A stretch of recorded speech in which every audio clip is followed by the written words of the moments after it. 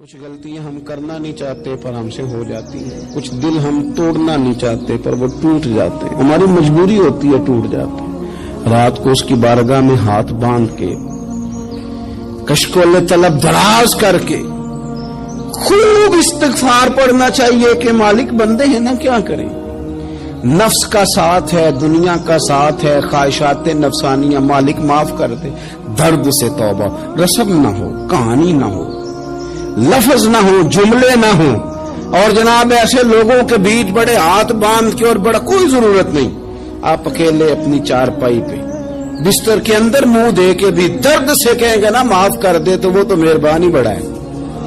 بندہ کوئی ناراض ہو جائے تو ہمیں کو نہیں نیند آتی، اس کے گھر چلے جاتے ہیں۔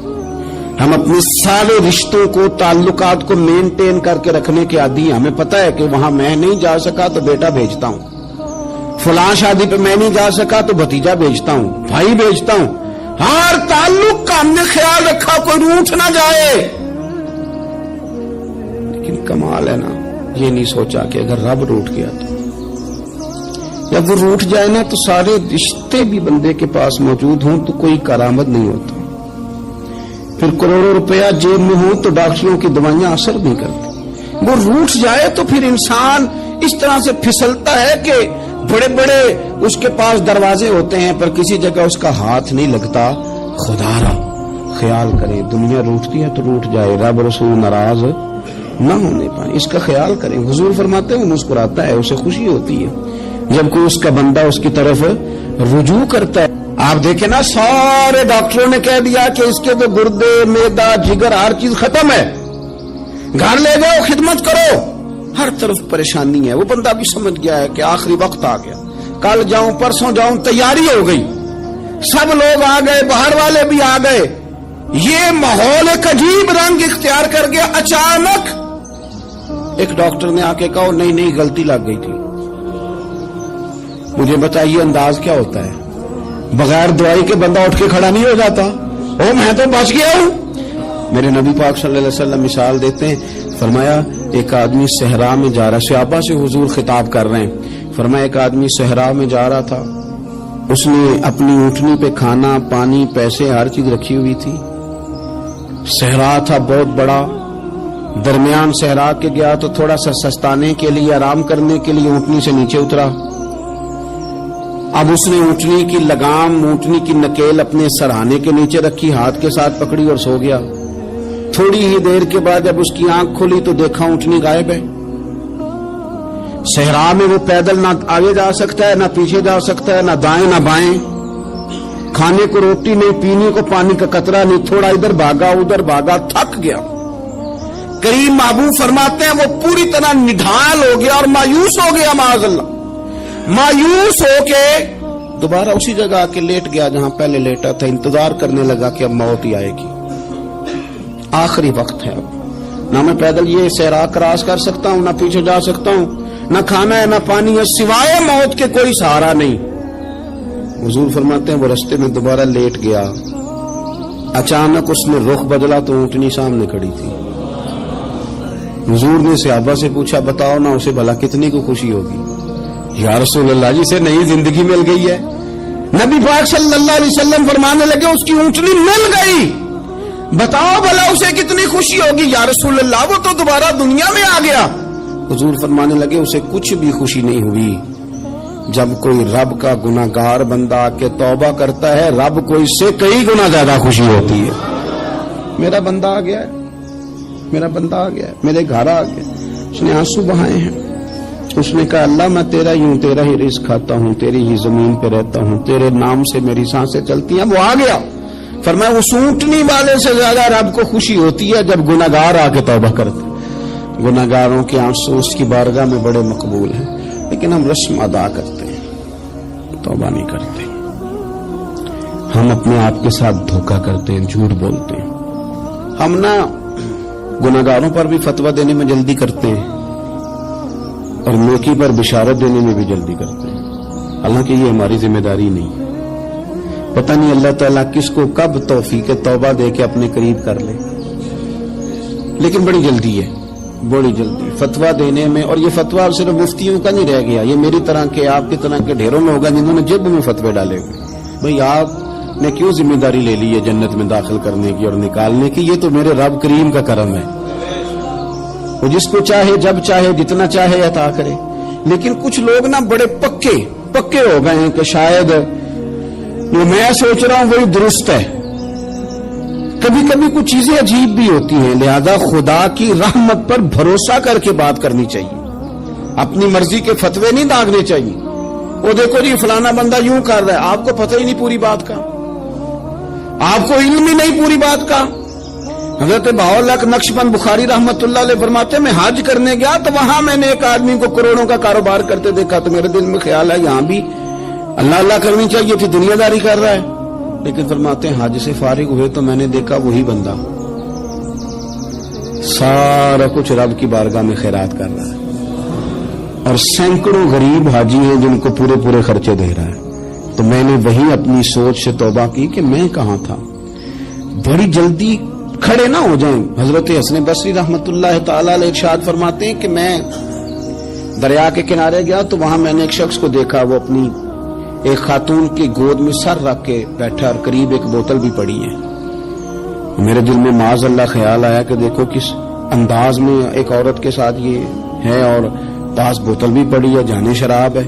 کہتے میں سوچ ہی رہا تھا کہ اچانک کی کشتی آ رہی تھی دریا میں، وہ ہج کو لے کھائے، کشتی میں 4-5 لوگ تھے، وہ دریا میں ڈوبنے لگے۔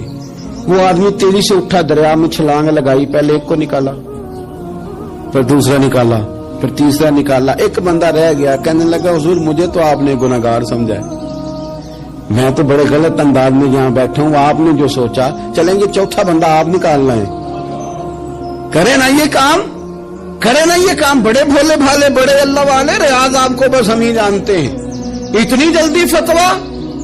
حضرت حسن بصری فرماتے ہیں میں پشیمان ہوا، میں نے کہا مجھے تیرنا نہیں آتا، تو دیر نہ کر چوتھا ڈوب نہ جائے۔ پھر تو اس نے چھلانگ لگائی، چوتھا بھی نکال لایا، اور کہنے لگا حضرت آپ نے جلدی کی سوچنے میں، یہ بی بی میری ماں ہے اور یہ سرکے کی بوتل ہے۔ ہم ماں بیٹے کا یہ مشغلہ ہے کہ یہ وہ جگہ ہے جہاں آ کے لوگ مسافر اترتے ہیں، اور یہاں سے کسی کا گھر 100 میل ہے، کسی کا 200 میل ہے۔ ہم صبح سرکہ کھجوریں روٹیاں لے کے یہاں آتے ہیں، مسافروں کی نوکری کرتے ہیں، کوئی پریشان ہو تو مدد کرتے ہیں۔ حضرت خواجہ حسن بصری فرماتے ہیں میں نے معافی مانگی، ان سے بھی مانگی، رب سے بھی مانگی۔ انہوں نے مانگ لی نا بزرگ تھے، پر ہم کو نہیں تیار مانگنے کو۔ ہم ہر وقت بدگمانیاں، وہ فلانے جرم کرتا تھا، میں اسے اب کیسے نیک مان لوں؟ بھئی اب وہ نمازی ہے، خدا کے گھر آتا جاتا ہے، اب اللہ کی بارگاہ میں حاضر ہوتا ہے، جب رب نے معاف کر دیا تو بھی سوچ بدل جا۔ سنیں حضور کیا فرماتے ہیں، نبی پاک صاحب الاخلاق صلی اللہ تعالی علیہ وسلم فرماتے ہیں، مسند امام احمد بن حنبل دیکھیے، فرمایا رب اس وقت بڑا ہی مسکرائے گا جب قاتل بھی جنت میں جائے گا، مقتول بھی جنت میں جائے گا۔ یا رسول اللہ مقتول تو گیا، یہ قاتل کیسے چلا گیا؟ حضور فرماتے ہیں جائے گا، اور جائے گا اور رب مسکرائے گا، جو اس کی شان کے لائق ہے۔ یا رسول اللہ کس طرح؟ تو نبی پاک صلی اللہ علیہ وسلم فرمانے لگے اس نے ایک مومن کو قتل کیا تھا، وہ شہید ہو کے جنت میں چلا گیا، اب اللہ نے بعد میں اسے توبہ کی توفیق دے دی۔ پہلے اس نے کلمہ پڑھا، پھر یہ میدان میں اترا، کافروں سے لڑا، یہ شہید ہوا، رب نے اسے بھی جنت دے دی۔ قاتل بھی جنت میں، مقتول بھی جنت میں، اور بات اتنی انوکھی ہے کہ رب دیکھ کے مسکرا رہا ہے، جو اس کی شان کے لائق ہے۔ ہم جلدی میں ہیں، ہم انتظار نہیں کر رہے کہ شاید توبہ کر جائے، ہم انتظار نہیں کر رہے، لیکن میرے عزیز اتنی جلدی نہ کریں۔ سوچوں کا صاف ہونا، ذہنوں کا پاک ہونا، اور لوگوں کے بارے میں گمان کا اچھا ہونا۔ آپ کسی نفسیات کے ڈاکٹر کے پاس چلے جائیں، اسے کہیں ٹینشن بڑی ہے، میں ان کے مضامین پڑھتا رہتا ہوں، وہ سب سے پہلا سبق آپ کو یہ پڑھائیں گے کہ اچھا سوچا کریں۔ اچھا سوچنے سے بندہ تندرست رہتا ہے۔ کس سے بندہ تندرست رہتا ہے؟ ہاں جی واقعی، یعنی اس والے پڑوسی کے بارے میں بھی اچھا سوچنا ہے، گھر میں اس والے کے بارے میں بھی، چھوٹے بھائی کے بارے میں بھی اچھا سوچنا ہے، اور بڑے کے بارے میں بھی اچھا ہی سوچنا ہے۔ یعنی اپنی برادری قبیلے کے بارے میں بھی اچھا سوچیں، جو قبیلے کا نہیں اس کے بارے میں بھی چلیں تھوڑا سا اچھا سوچ لیں۔ اپنے بارے میں تو اچھا سوچا ہے، بڑا میں کہتا ہوں کہ ہم اپنی غلطیوں سمیت اپنے آپ سے بڑا پیار کرتے ہیں، اور دوسرے کی ایک غلطی نظر آ جائے تو ہمیں گھینانے لگ جاتی ہے۔ آپ جلدی نہ کریں، مالک نے موقع دیا ہے بندوں کو، نہ وہ کسی کا رزق چھین رہا ہے نہ سانسیں چھین رہا ہے، وہ اپنی زمین پہ چلنے بھی دے رہا ہے، رہنے بھی دے رہا ہے، تو جب اس نے موقع دیا ہے آپ بھی تھوڑا موقع دیں۔ اللہ بڑا کریم ہے، دروازے کھولے گا، اس کے بندے اس کی بارگاہ تک پہنچیں گے۔ بدگمانیاں اور پھر بدگمانیوں کا عروج اور اس لیول تک جا کے بات کر دینا کا جہاں سے خوف آئے کہ یار یہ بات نہیں کرنی چاہیے۔ کچھ لوگوں نے نا پکا ذہن بنا لیا یہ کہنے کا کہ ہاتھ بڑا تنگ ہے، پکا، آپ جس وقت پوچھ لیں ان کا ہاتھ اور بڑا ہی زیادہ تنگ ہے۔ آپ یقین کریں بہن کا جو خامند ہے وہ کہہ رہا ہے جا حصہ لے کے آ، تیرے بھائیوں کی کمائی تو نہیں تیرے ابا کی ہے، لے کے آ۔ وہ بیچاری اس کی منتیں کر رہی ہے، کہتی ہے اگر جاؤں گی نا تو وہ کہیں گے حصہ لے جا، آج کے بعد ہمارے گھر نہ، میرا دروازہ نہ بند کرو، مہربانی کرو۔ اور بھائی سے بات کرتی ہے تو کہتا ہے ہاتھ ہی بڑا تنگ ہے، جب ٹھیک ہوگا تو دے دوں گا۔ نہ کریں یہ ظلم، ہمارے اپنے تڑپتے رہتے ہیں اور ہماری دولتیں اندر پڑی رہتی ہیں، ہمارے اپنی چھوٹی چھوٹی ضروریات کے لیے پریشان ہوتے ہیں، لیکن ہم بڑے بڑے بہانے ہیں ہمارے پاس، کہتے ہیں یہ نکما ہے، یہ نکھٹو ہے، یہ کام نہیں کرتا، اس میں فلانا ہے، بے فلانا ہے، بلے میں نے نہیں ساتھ چلنا۔ اظہار جب آپ کے اندر پیدا ہوتا ہے نا، اظہار جب کسی کے لیے آپ حساس ہوتے ہیں تو آپ کو بھی سرور حاصل ہوتا ہے۔ نہ کریں یہ کام کہ آپ کو اللہ نے وسعت دی اور ہر وقت آپ ہاتھ تانگ ہونے کا رونا رو رہے ہیں، ہر وقت آپ یہ کہہ رہے ہیں میں بڑی آزمائش میں ہوں، جب خدا نے آپ پہ نہیں ڈالی تو اتنے جھوٹ بولنا صرف اس لیے کہ میرے پیسے بچ جائیں، صرف اس لیے کہانی سنانا کہ حالات میرے بڑے خراب ہیں کہ کوئی بندہ میرے سے کوئی تھوڑا بہت قرض نہ مانگ لے۔ سنو، نبی پاک صلی اللہ علیہ وسلم کے پاس مہمان آ گیا، بخاری مسلم ہے، حضور نے ازواج مطہرات کے گھروں میں پیغام بھیجا کچھ چیز ہے ضیافت کے لیے، یا رسول اللہ کچھ بھی نہیں، یہ دو جہاں کے شاہ ہیں اور پاس کچھ رکھتے نہیں، دو جہاں کی نعمتیں ہیں ان کے خالی ہاتھ میں، یا رسول اللہ کوئی چیز بھی نہیں۔ حضور نے صحابہ کے مجمع پہ نظر ڈالی، یا رسول اللہ صلی اللہ علیہ وسلم حکم ہو، تو حضور فرمانے لگے تم میں سے کوئی بندہ ہے جو اسے گھر لے جائے روٹی کھلائے۔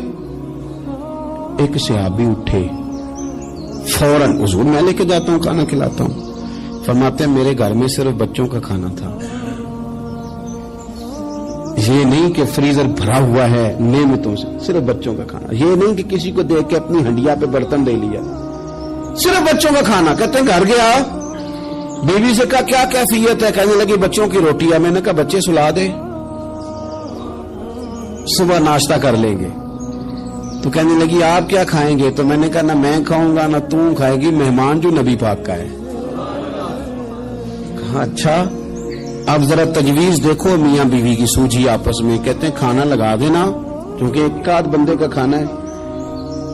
اپنی غربتوں کا ہر جگہ اظہار کرنا، رونا رونا، یہ دیکھو غربت کیسے چھپائی جا رہی۔ اس کو کہا نہیں کہ چل تو تھوڑا رحم کھا، تو آیا ہے تو تھوڑا رحم کھا، یہ نہیں کہا اٹھ کے نا تو کھانا رکھنا اور اٹھ کے نا چراغ ٹھیک کرنے کے بہانے بجھا دینا۔ ہم دنیا والوں کے سامنے کیوں اپنے دکھ بیان کریں؟ ہم جو کہیں گے رب رسول کی بارگاہ میں کہیں گے۔ تو نا چراغ ٹھیک کرنے کے بہانے، اہلیہ اٹھی، کھانا دینے کے بعد چراغ ٹھیک کرنے کے بہانے بجھا دیا۔ خامد بھی ہاتھ چلاتے رہے، بیوی کبھی برتن رکھتی کبھی اٹھاتی، پتہ چلے کہ کھانا کھا رہے ہیں، کھانا کھایا جا رہا ہے۔ کہتے ہیں مہمان پیٹ بھر کے کھانا کھا گیا۔ یہ کام ہوا رات کے اندھیرے میں، اس وقت ہوا جب چراغ بھی بند تھا، اس وقت ہوا جب کوئی دیکھنے والا نہیں تھا، کسی پڑوسی کو بھی خبر نہیں تھی۔ فرماتے ہیں صبح کے اجالے میں اس مہمان کو لے کے مسجد نبوی میں نے قدم رکھا تو نبی کریم نے فرمایا رات جو تم نے کام کیا ہے نا اسے دیکھ کے میرا رب بڑا مسکرایا ہے، اللہ بڑا مسکرایا ہے۔ اللہ تر دامنی پہ شیخ ہماری نہ جائیے، ہم دامن نہ چھوڑ دیں تو فرشتے وضو کریں۔ یہ شان ہے صحابہ کی۔ نبی کریم علیہ السلام نے فرمایا رب رات مسکرایا تیرا یہ انداز دیکھ کے، اور اس نے قرآن نازل کیا وَيُبْصِرُونَ عَلَىٰ أَنفُسِهِمْ وَلَوْ كَانَ بِهِمْ خَصَاصَةٌ۔ کچھ لوگ وہ ہیں جنہیں بڑی بھی ضرورت ہو تو دوسروں پر احسار کر دیتے ہیں، قربانی دے دیتے ہیں۔ رب مسکرایا ہے، اندر پیسے رکھے ہوئے ہیں، اندر پیسے رکھے ہوئے ہیں، اور بہن آ کے منت کر رہی ہے کہ بھائی حالات بڑے خراب ہیں،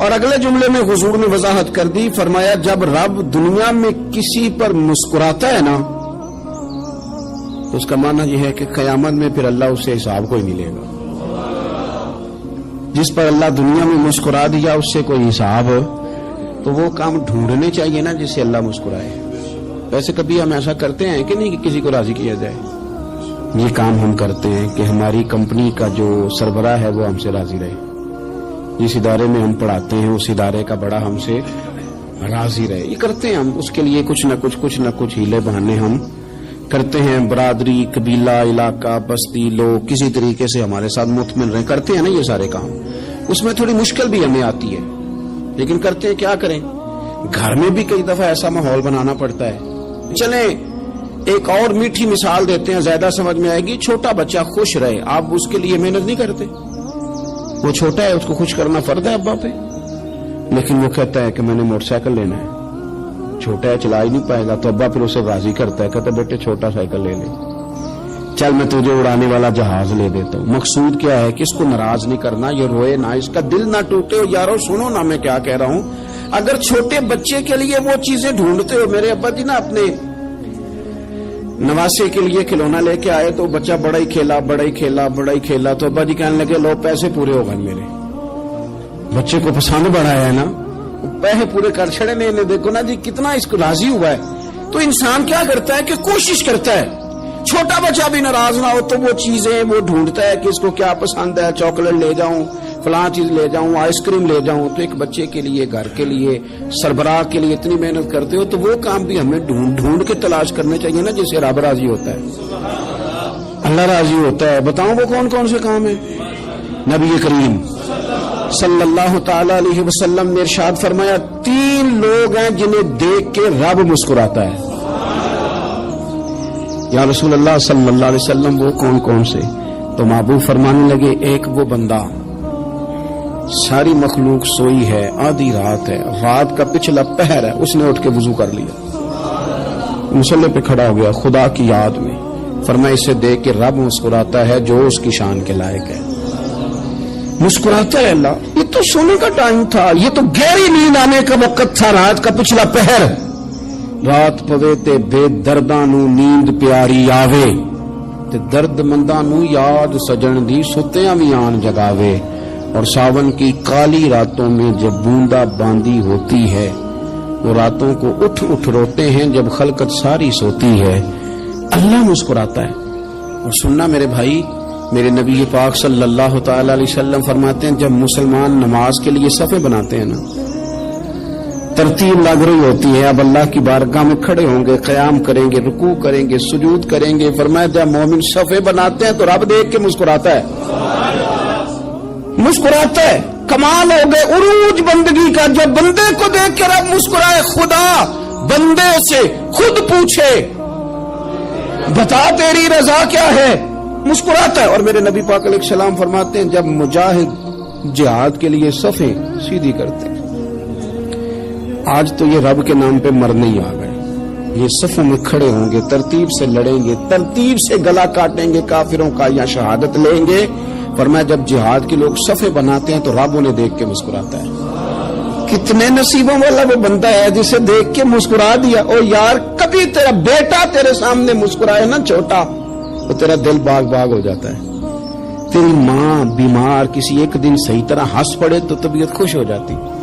مجھے بتاؤ نا جس کا رب بھی اسے دیکھ کے ہنس پڑے، جو اس کی شان کے لائق ہے، کیا اس بندے کے نصیبیں ہیں، کیا اس کے مقدر ہیں۔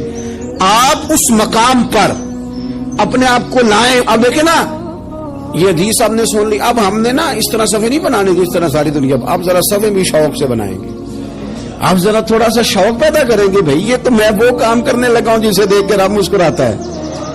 نبی پاک صلی اللہ علیہ وسلم نے فرمایا جب کوئی بندہ توبہ کرتا ہے نا، ہم توبہ کا رٹا لگاتے ہیں، یا اللہ میری توبہ یا اللہ۔ اور توبہ کا تو مطلب یہ ہے کہ پچھلے گناہوں سے پکی توبہ، آج کے بعد یہ غلطی نہ کرنے کا پکا وعدہ۔ تو نے ساری شب برات رو کے گزاری ہے، بتا سویرے جھوٹ جوڑنے کا ارادہ ہے تیرا، آج کے بعد رشوت تو نہیں نہ لے گا، ملاوٹ تو نہیں نہ کرے گا، یہ توبہ ہے۔ اور اگر سارے کام اسی طرح کرنے تو پھر یہ توبہ کا رٹا ہے۔ جتنا مرضی لگاؤ. حضرت علی بن ربیعہ رضی اللہ تعالیٰ عنہ فرماتے میں مولا علی کے ساتھ تھا, مقام حرہ کی طرف جا رہے تھے, حضرت علی نے ہاتھ اٹھا کے دعا مانگی ہماری تعلیم کے لیے, ورنہ حضرت علی ہم صحابہ کو محفوظ عن الخطا تو مانتے ہیں نا. ہاتھ اٹھا کے کہا اے اللہ ہمارے گناہ بخش دے, تیرے علاوہ کوئی معاف کرنے والا نہیں. اور پھر حضرت علی آسمان کی طرف دیکھا اور دیکھ کے نا حضرت علی بن ربیعہ کو تو مسکرائے. حضرت علی بن ربیعہ کہنے لگے حضور مسکرائے کیوں ہو؟ فرمانے لگے ایک دن میں حضور کے ساتھ اسی طرح آیا تھا, اسی طرح حضور نے دعا فرمائی تھی ہماری تعلیم کے لیے, اور پھر حضور مجھے دیکھ کے مسکرائے تھے اور فرمایا جب کوئی بندہ رب کی بارگاہ میں اس طرح استغفار کرتا ہے تو رب مسکراتا ہے, اور مسکرا کے فرماتا دیکھ لو میرے بندوں کو پتا ہے کہ میرے علاوہ معاف کرنے والا کوئی نہیں. تمہیں پتا ہے تم اس کی بارگاہ میں رجوع تو لاؤ, آؤ تو صحیح دعا سو لے کر. اقبال کہتے ہیں کہ اسیر دشمن کی چاہ میں بھی, مخالفوں کی نگاہ میں بھی, امی ہے صادق ہے معتبر ہے, میرا پیغمبر عظیم تر ہے. نبی پاک صلی اللہ علیہ وسلم تشریف لائے, انہوں نے کہا جی آپ جو فیصلہ بھی کریں قبول ہے. آپ بتا دیں کون سا قبیلہ حجر اسود اٹھا کے باقی خانہ کعبہ کی تعمیر مکمل ہوگی, حجر اسود کون سا قبیلہ لگائے, پہلے طے کر لیا تھا جو حضور فیصلہ کریں گے سب کو قبول ہوگا. اب اگر حضور ایک کے حق میں فیصلہ کر دیتے تو تیار تھے نا باقی قبول کر دیں. اب وہ سارے قبیلے نظریں حضور پہ لگائیں, نتیجہ نکلنا ہے. یہ سمجھ لیں پاس فیل کا نہیں, فرسٹ سیکنڈ کا نتیجہ ہے. کس کو شہادت ملتی؟ یہ شہادت بزور بازو نیز کس کو ملتی ہے؟ قربان جاؤں حضور کی حکمت پر, نبی پاک کے تدبر پر. اب ایک کو بھی اگر حضور کہتے تو لگا دے تو باقی وعدہ کر چکے تھے مانیں گے, پر یار پریشانی تو ہوتی ہے نا کہ ہم سیکنڈ آ گئے, تھرڈ آ گئے. اب یہ سب چاہ رہے تھے شہادت لینا, تو رسول پاک نے نا چادر بچھائی, حجر اسود اٹھا کے رکھا, فرمایا لڑو نا, سارے یہ ایک ایک کونے سے چادر پکڑ لو. قربان جائیں سب نے اٹھا لیا اور اٹھا کے جگہ لے آئے جہاں نصب کرنا تھا. حضور نے اپنے دست مبارک سے پکڑا, وہاں لگا دیا. اب کوئی سب سے پوچھتا نا کس نے لگایا ہے تو سب یہی سمجھتے تھے ہم نہیں لگایا ہے, اور آخری فیصلہ یہ تھا ہم سب نہیں لگایا ہے. یہ حکمت ہے رسول پاک کی. تیرے آگے ہے یوں دبے لچے فصحا عرب کے بڑے بڑے, کوئی جانے منہ میں زبان نہیں بلکہ جسم میں جان. نبی پاک علیہ السلام نے فرمایا جو نماز تم اپنے گھر کے اندر پڑھو گے ایک نماز کا اللہ تمہیں ثواب دے گا, جماعت کے ساتھ پڑھو گے تو 27 نمازوں کا ثواب. لیکن فرمایا وہی نماز اگر تم میری مسجد نبوی میں آ کے پڑھو گے تو اللہ 50,000 نمازوں کا ثواب عطا کرے گا. 50,000 نمازوں کا. اور مدینے والے حبیب فرمانے لگے وہی نماز اگر تم نے بیت اللہ میں آ کے پڑھی تو نماز ایک ہوگی, لیکن رب تمہیں 1,00,000 نماز کا ثواب عطا فرمائے. اب یہ فضیلت حضور نے بیان کی. فضیلت دیکھیں, اللہ تعالیٰ کی رحمتیں ہر جگہ برستی. یہاں کب برسیں گی ہمیں کوئی پتہ نہیں. تقریر کے وقت, خطبے کے وقت, نماز کے وقت, دعا کب برسیں گی نہیں پتہ. لیکن خانہ کعبہ کا جو معاملہ ہے اور وہاں جو رحمت کا معاملہ ہے, ملا رومی فرماتے ہیں کہ خدا کی رحمت اگر تجھے اتنی مل جائے نا قطرے کے برابر بھی, تو سمجھ لے تیری دنیا بھی بن گئی اور تیری آخرت بھی بن گئی. اب میرے نبی پاک علیہ السلام کی حدیث سنیں, حضور فرماتے ہیں روزانہ بیت اللہ شریف پر اللہ کی 120 رحمتوں کا نزول ہوتا ہے. یا رسول اللہ کس وقت ہوتا ہے؟ فجر کے وقت, ظہر کے وقت, عصر کے وقت, طواف کے وقت, نماز کے وقت. کب؟ تو حضور نے طے کر کے بتایا.